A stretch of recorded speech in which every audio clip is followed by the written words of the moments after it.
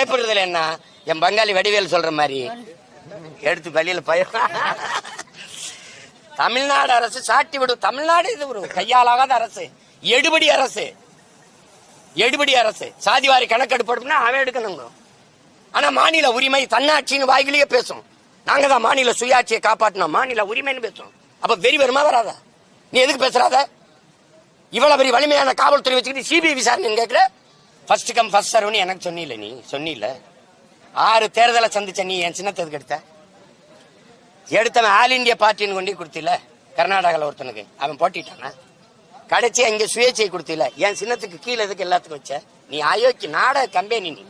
நீ வந்து தன்னிச்சை அமைப்புன்னு சொல்லிட்டு இருக்க. ஃபர்ஸ்ட் கம் பிரிக்கப்பட்ட கட்சி இல்ல, என் சின்னத்தை எடுத்தல.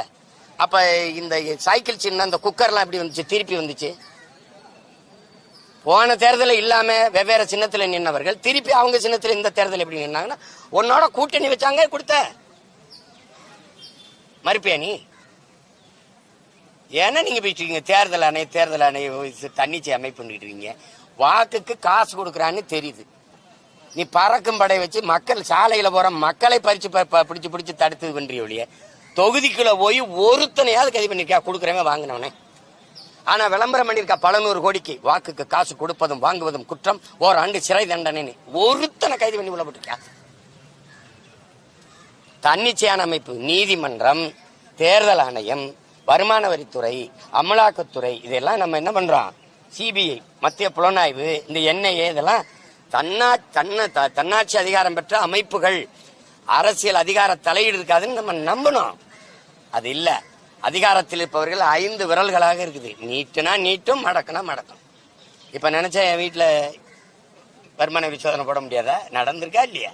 என் வீட்டுல போட முடியல, அதனால என்ஐஏ ரைடு போடுறேன். இடி ரைடோ இன்கம் டாக்ஸ் ரைடோ போட முடியாதனால நீ என்ஐஏ ரைடா போடுற. போட்டியில போட்டு என்ன பண்ண? நீ போட்டு என்ன பண்ண? சும்மா மிரட்டுவா. நீங்களும் இப்படி விவாதங்களே பேசுறாங்க அந்த கட்சி தலைவர்கள். பேசுனா இன்கம் டாக்ஸ் ரைடு வரும் அப்படின்னு. பல பேர் அதுக்கு பாய்ந்துக்கிட்டு தான் தம்பி. பெட்டியை மூடுறான், வாயும் மூடுறான், எல்லாம் பெட்டியை மூடி வச்சுக்கிறான், வாயும் மூடி வச்சுக்கிறான். அதுக்கு பாய்ந்துக்கிட்டு தான். நாங்க எதுக்கும் பயப்படுறதுல என்ன, என் பங்காளி வடிவேல் சொல்ற மாதிரி எடுத்து வெளியில இத போய் நீங்க இன்னும் நம்பிக்கிட்டு இருக்கீங்க. தேர்தல் ஆணையத்தான். அப்ப எங்க அம்மா எப்படி சொல்லுவாங்க? எங்க தலையீடு இருக்குன்னு சொல்லுவாங்க. தம்பி, நீதிபதியா ஒரு கட்சியில இருக்கிற பொறுப்புல இருக்கிற ஒரு பெண்ணை நியமனம் பண்றாங்க. அப்புறம் இத போய் நீங்க ஜனநாயக நாடு, நீங்க இந்த போராட்டத்தை 10 நாள் நடக்கிற போராட்டத்தை ஒரு தொலைக்காட்சி பொது விவாதமா எடுத்ததுன்னு சொல்லுங்க. இதுல எதையுமே சொல்லுங்க. எந்த மக்கள் பிரச்சனையும் தொடாது. தொட்ட அதிகாரம் விடாது. அரசு விளம்பரங்கள் வராது.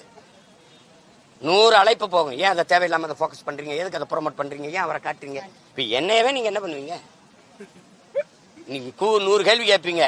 உங்களுக்கு எது வேணுமோ அதை பற்றி ஒரு நடிகரை பத்தி சொன்னா அதே சொல்லிட்டா 1.5 மணி நேரம் பேசினா ஒரு வரி செய்தி எடுத்து போடுங்க. உங்களுக்கு வேண்டியது ரேட்டிங். நம்ம அதை பத்தி கவலைப்பட முடியாது. அதுல இந்த வலையொலிக்காரங்களுக்கு இந்த மாதிரி செய்திகளை போட்டா தான் அவங்களுக்கு போய் சேருது. உங்களுக்கு இதெல்லாம் போடாம இருந்தா தான் நீங்க இது பண்ண முடியும். அது என்ன பண்ண முடியாது, ஒன்றும் செய்ய முடியாது. அதனாலதான் திரும்ப அந்த மக்கள்கிட்ட போய் இப்ப போய் நான் உட்கார்ந்தா இந்த செய்தியை உடமாற கொண்டு போகணுங்கிற தம்பி தங்கைகள் கொண்டு போவாங்க.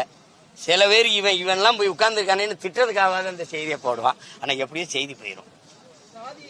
நடக்காது. எப்பவுமே நடந்தது இல்லையே.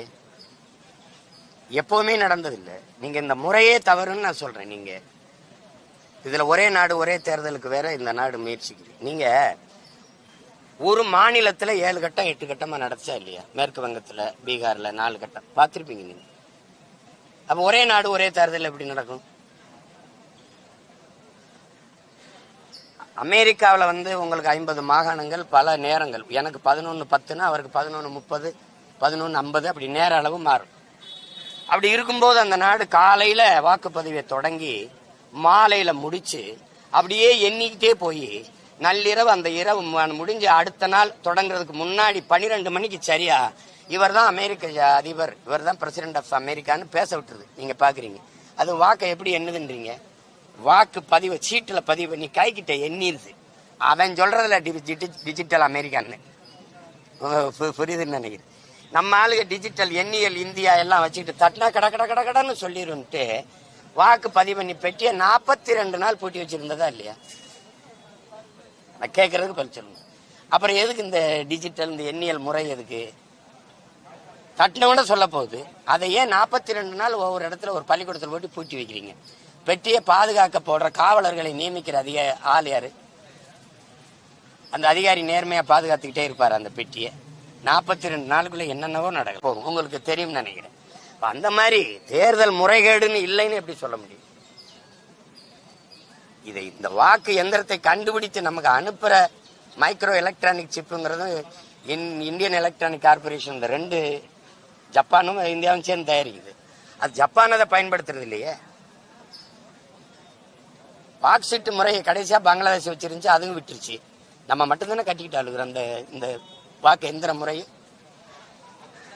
இது தம்பி கோவி சுதாகருடைய பணி இல்லை, என்னுடைய பணி, உங்களுடைய பணி, மானுடனா இந்த மண்ணில் பிறந்த ஒவ்வொருத்தனுடைய அரிய பெரிய சமூக பணி.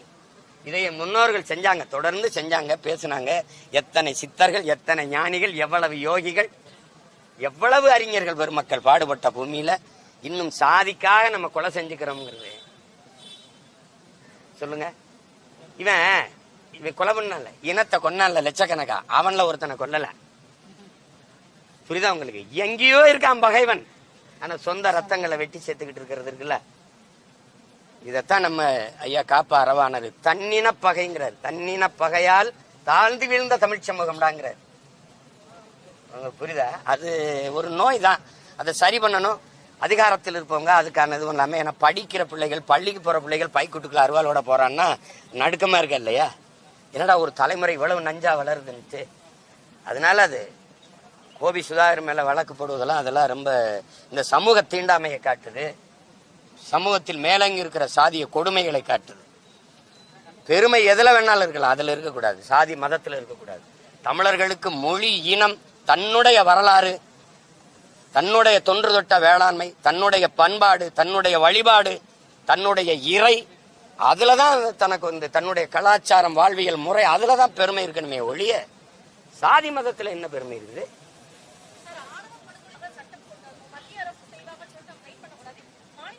மத்திய அரசு எப்படி தங்கச்சி செய்யும்? மத்திய அரசு எப்படி செய்யும்? பாரதிய ஜனதாவின் கோட்பாடே சாதிய மதமும் இரு கண்கள். அது சொல்லுதா இல்லையா? அதோடைய கோட்பாடு என்னன்னு சொல்லுங்க. அப்புறம் தமிழ்நாடு அரசு சாட்டி விடும். தமிழ்நாடு இது ஒரு கையாலாகாத அரசு, எடுபடி அரசு, எடுபடி அரசு. சாதிவாரி கணக்கெடுப்படும்னா அவன் எடுக்கணுங்க. ஆனா மாநில உரிமை, தன்னாட்சின்னு வாய்கிலேயே பேசும். நாங்க தான் மாநில சுயாட்சியை காப்பாற்றணும், மாநில உரிமைன்னு பேசும். அப்ப வெறி வருமா வராதா? நீ எதுக்கு பேசுறாத? இவ்வளவு பெரிய வலிமையான காவல்துறை வச்சுக்கிட்டு சிபிஐ விசாரணை கேட்கிற? அப்படி தோத்து போயிட்டீங்களா? உன் காவல்துறை கையால் ஆகலையா? அதன் அதுதான் அதிகார திமிர்னு பேரு. அதுக்கு பேரு அதிகார திமிர் என்று அதுக்கு பேர். உங்களுக்கு புரியுதுன்னு நினைக்கிறேன். இந்த அதிகாரம் நிலையானதுங்கிற திமிர்ல ஆடுறது, அதிகார ஆணவம், அதிகார திமிர் அப்படி சொல்றோம்ல, அதுதான் நீங்க கொடுத்ததுதான். எதிர்கட்சியா இருக்கும்போது நீங்க சொன்னது.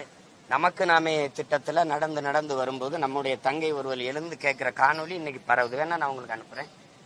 அவரே அறிக்கை, எதிர்கட்சி தலைவர்னு போட்டு அறிக்கை வெளியிட்டு, ஐயா இன்றைக்கு இருக்கிற நம்முடைய ஐயா முதல்வர் அவர்கள் கையெழுத்திட்டது இருக்கு. நான் வேணா அதை நேற்று காட்டினேன், நீங்க பார்க்கல, என்னுடைய அலைபேசியில் இருக்கு, வேணா உங்களுக்கு அனுப்பி விடுறேன்.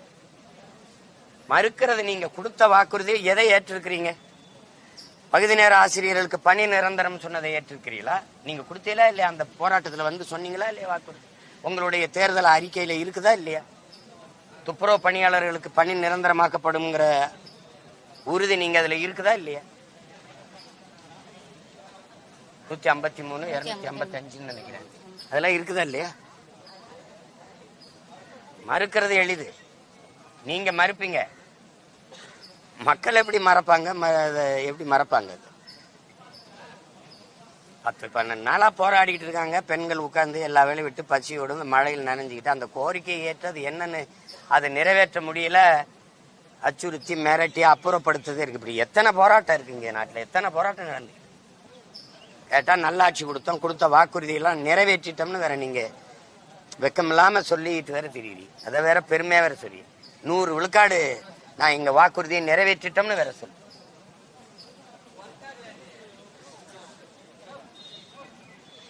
வேற வேற